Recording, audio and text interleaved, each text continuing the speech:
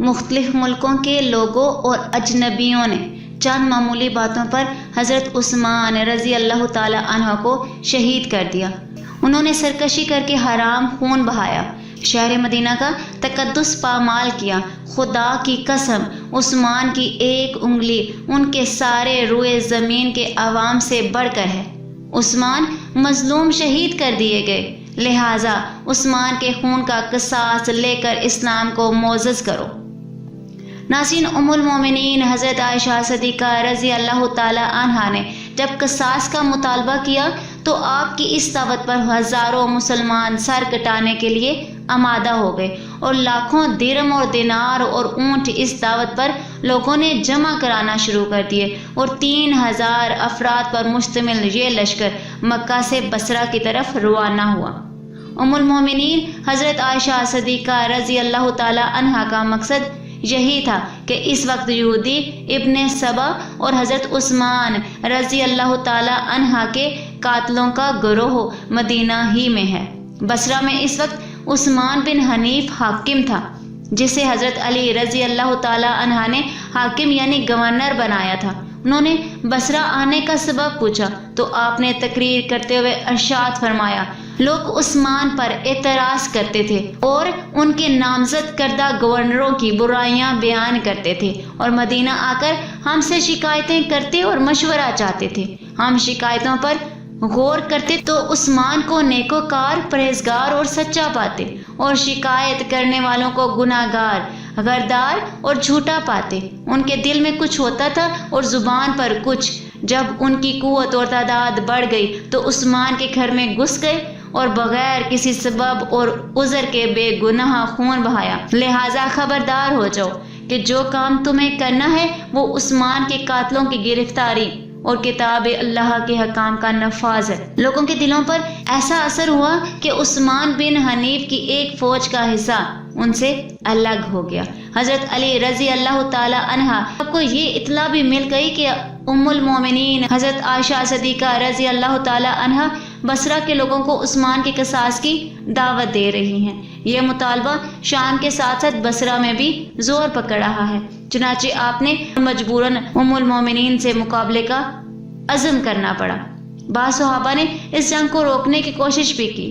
بصرہ پہنچ کر حضرت علی رضی اللہ تعالی عنہ نے ایک بزرگ جو امت کے خیر خواہ تھے انہیں حضرت عائشہ صدیقہ رضی اللہ تعالی عنہ کے پاس امن کا پیغام لے کر بھیجا۔ اس نے جا کر حضرت عائشہ صدیقہ رضی اللہ تعالی عنہ اور ان کے مشیروں سے کہا کہ جنگ مسائل کا حل نہیں، بہتر طریقہ امن ہے۔ اگر امن ہوگا تو قاتلین کو پریشانی ہوگی، اس طرح وہ منظرے عام پر آئیں گے، ان سے قصاص لیا جائے گا، لہٰذا آپ حضرت علی رضی اللہ تعالی عنہ کے ہاتھ پر بیعت کر لیں، یہ امت کے لیے فعال نیک ہے۔ اگر آپ اپنی ضد پر قائم رہے تو نہ امن ہوگا نہ ہی قصاص لیا جائے گا۔ امت کو سخت آزمائش میں مبتلا نہ کیجیے، یہ آزمائش دونوں کو برباد کر دے گی۔ یہ ایک کا مسئلہ نہیں، پوری امت کا سوال ہے۔ کاسد کی یہ باتیں حضرت عائشہ صدیقہ رضی اللہ تعالی عنہا نے پسند فرمائیں اور فرمایا، اگر علی بھی تمہاری ان باتوں کو پسند کرے تو معاملات بہتر ہو سکتے ہیں۔ کاسد نے یہ خوشخبری حضرت علی رضی اللہ تعالی عنہ کو سنائی۔ آپ یہ پیغام سن کر خوش ہوئے۔ ناظرین، اسلام دشمن سبائیوں اور حضرت عثمان غنی رضی اللہ تعالی عنہ کے قاتلوں کو جب مسلمانوں میں اتفاق ہوتا نظر آیا تو وہ مضطرب ہو گئے اور آپس میں کہنے لگے کہ ان دونوں فریقوں میں صلح ہو گئی تو ہم لوگوں کی خیر نہیں اور ہم میں سے کوئی بھی زندہ نہیں بچے گا، اسی لیے بہتری یہی ہے کہ سب مل کر حضرت علی کو بھی قتل کر دیں۔ دونوں فریقوں کو غور و فکر کا موقع نہ دو اور باقاعدہ مصالحت ہونے سے پہلے دونوں فوجوں کو باہم لڑا دو۔ جب جنگ کے شعلے بھڑک جائیں گے تو یقیناً علی بھی اپنے بچاؤ کے لیے جنگ پر مجبور ہو جائیں گے۔ ناظرین، اس رائے پر مکمل اتفاق ہو گیا۔ طبری میں ہے کہ حضرت علی رضی اللہ تعالی عنہ اور حضرت عائشہ صدیقہ رضی اللہ تعالی عنہ کے درمیان مختلف معاملات پر بحث اور مباحثہ ہونے کے بعد اتفاقی طور پر یہ طے پایا امت کی بہتری صلح میں ہے، لہٰذا دونوں لشکر مطمئن اور مسرور ہو کر چلے گئے۔ رات دونوں لشکر سکون سے سو گئے۔ یہودی ابن سبا کے اعلی کار سپاہیوں کے لیے یہ صلح بڑی تکلیف دہ تھی۔ انہوں نے سوچا اگر یہ رات خیر و عافیت سے گزر گئی تو دن ہوتے ہی فوجیں اپنے گھروں کو واپس چلی جائیں گی، یہ موقع ضائع ہو جائے گا، لہٰذا صبح ہونے سے پہلے اندھیرے میں دونوں فوجوں کو باہم لڑا دیا جائے۔ چنانچہ صبائی راتوں رات دونوں فوجوں میں پھیل گئے اور سوتے ہوئے مسلمانوں پر حملہ کر دیا۔ اس غیر متوقع حملے سے دونوں لشکر گھبرا گئے۔ حضرت علی رضی اللہ تعالی عنہ صدا لگاتے، ہے لوگو رک جاؤ۔ حضرت عائشہ صدیقہ رضی اللہ تعالی عنہ بھی اونٹ پر سوار ہو گئیں اور لوگوں کو جنگ سے منع کرنے کے لیے پہنچ گئیں، لیکن اندھیرے میں کان پڑی آواز سنائی نہ دیتی۔ اصل حقیقت کا کسی کو علم نہیں، ہر فریق نے یہی گمان کیا دوسرے فریق نے معاہدے کی خلاف ورزی کی ہے، لہٰذا صبح ہوتے ہوتے دونوں فریقوں میں خون ریز جنگ شروع ہو گئی جو جنگ جمل کے نام سے مشہور ہوئی۔ صحابی حضرت زبیر اور حضرت طلحہ رضی اللہ تعالی عنہ حضرت عائشہ صدیقہ رضی اللہ تعالی عنہ کی حمایت میں تھے۔ دوران جنگ جب حضرت علی رضی اللہ تعالی عنہ کی نظر حضرت زبیر رضی اللہ تعالی عنہ پر پڑی تو آپ نے کہا، ہے زبیر، تم کو یاد ہے کہ حضور صلی اللہ علیہ وآلہ وسلم نے ایک دن تم سے پوچھا تھا کہ تم علی کو دوست رکھتے ہو؟ تو تم نے جواب دیا تھا، ہاں یا رسول اللہ صلی اللہ علیہ وآلہ وسلم۔ پھر حضور اکرم صلی اللہ علیہ وآلہ وسلم نے ارشاد فرمایا کہ ایک دن تم اس سے ناحق لڑو گے۔ حضرت زبیر رضی اللہ تعالی عنہ نے کہا، یاد آ گیا۔ مخبر صادق رضی اللہ تعالی عنہ کا ارشاد جیسے ہی حضرت زبیر رضی اللہ تعالی عنہ کو یاد آیا، آپ فوراً جنگ سے علیحدہ ہو گئے اور واپس لوٹ گئے۔ جب آپ واپس جا رہے تھے ایک اسلام دشمن صبا آپ کے ساتھ ہو لیا۔ راستے میں نماز کا وقت آیا، حضرت زبیر رضی اللہ تعالی عنہ نے نماز کی تیاری کی۔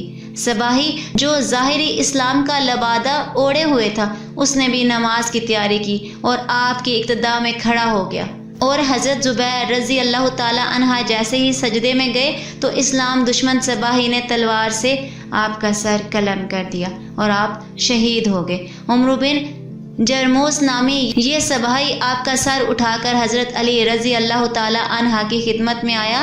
حضرت علی رضی اللہ تعالی عنہ نے حضرت زبیر رضی اللہ تعالی عنہ کا سر دیکھ کر عمرو بن جرزوم سے کہا، ہے زبیر کے قاتل، تجھے جہنم مبارک ہو۔ جنگ زوروں پر تھی، فریقین ایک دوسرے پر تابر توڑ حملے کر رہے تھے۔ حضرت عائشہ صدیقہ رضی اللہ تعالی عنہ اونٹ پر بیٹھی اپنے جہاں بازوں کی حوصلہ افزائی کرتی رہیں۔ حضرت علی رضی اللہ تعالی عنہ نے یہ اندازہ لگا لیا جب تک اونٹ اپنی جگہ قائم ہے اس وقت تک خون ریزی بند نہ ہوگی، لہٰذا آپ نے اپنی فوج کو حکم دیا حضرت عائشہ صدیقہ رضی اللہ تعالی عنہ کے اونٹ کے پاؤں زخمی کر دیے جائیں۔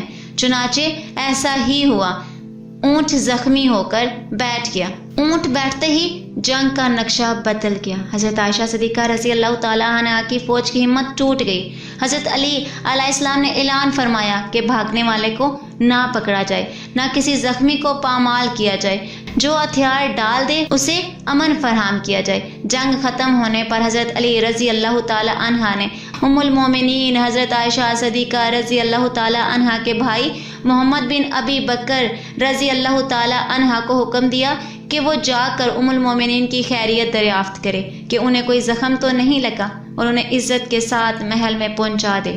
اس کے بعد آپ خود مزاج پرسی کے لیے حاضر ہوئے اور پوچھا، ہے امی جان مزاج کیسا ہے؟ آپ نے فرمایا، اچھی ہوں۔ امیر المومنین حضرت علی رضی اللہ تعالی عنہ نے کہا، اللہ ہم دونوں کو معاف فرمائے۔ اس کے جواب میں ام المومنین حضرت عائشہ صدیقہ رضی اللہ تعالی عنہ نے بھی یہی کلمات ادا فرمائے۔ چند دن آرام کرنے کے بعد حضرت عائشہ صدیقہ رضی اللہ تعالی عنہ کو عزت و احترام کے ساتھ مکہ روانہ کر دیا گیا۔ مکہ جاتے وقت آپ نے لوگوں سے فرمایا، اے میرے بیٹو، یہ جنگ غلط فہمی کا نتیجہ تھی، لہٰذا ہمیں ایک دوسرے کے ساتھ زیادتی نہیں کرنی چاہیے۔ میرے اور علی کے درمیان جو ساس اور داماد میں کبھی کبھی ہو جایا کرتی تھی، اس کے علاوہ کوئی رنجش نہیں۔ ام المومنین فرماتی ہیں، خدا کی قسم میرے اور ان کے درمیان اس کے علاوہ اور کوئی رنجش نہ تھی۔ ام المومنین دنیا اور آخرت دونوں جہاں میں حضور صلی اللہ علیہ وآلہ وسلم کی حرم ہے۔ اس خوش آئند گفتگو کے بعد دونوں ایک دوسرے سے رخصت ہوئے۔ حضرت علی رضی اللہ تعالی عنہ نے چند میل تک آپ کو رخصت کیا۔ اس کے بعد اپنے شہزادوں حضرت امام حسن اور حضرت امام حسین رضی اللہ تعالی عنہ کو ساتھ روانہ کر دیا۔ حضرت عائشہ صدیقہ رضی اللہ تعالی عنہ مکہ سے ہوتی ہوئی مدینہ منورہ تشریف لے آئیں۔ ناظرین، جو واقعہ میں نے آپ کو بیان کیا، اس سے یہ حقیقت واضح ہو جاتی ہے کہ ام المومنین سیدہ طاہرہ حضرت عائشہ صدیقہ رضی اللہ تعالی عنہ اور امیر المومنین سیدنا حضرت علی رضی اللہ تعالی عنہ کے مابین یہ جنگ غلط اطلاعات اور غلط فہمی کی بنیاد پر ہوئی۔ جنگ کا آغاز اسلام دشمن سپاہیوں کی سازشوں سے ہوا اور اس کا اختتام دونوں فریقین کی صفائی قلب پر اور دونوں بزرگوں کی نیک نیتی پر مبنی تھا۔ ناظرین، مسند احمد میں ہے کہ ام المومنین حضرت عائشہ صدیقہ رضی اللہ تعالی عنہ اس جنگ کی وجہ سے ندامت کرتی رہیں، اور جب اس جنگ کا خیال آتا تو زاروں زار رونے لگتی اور فرماتی کہ کاش آج سے 20 برس پہلے میں اس دنیا سے اٹھ گئی ہوتی۔ اس جنگ کے بعد حضرت علی رضی اللہ تعالی عنہ نے مدینہ کی بجائے کوفہ کو دارالخلافہ بنا دیا۔ آج کی اس ویڈیو میں اتنا ہی، تو ہمیں یاد رکھیے گا، ملتے ہیں اگلی ویڈیو میں، تب تک کے لیے اللہ حافظ۔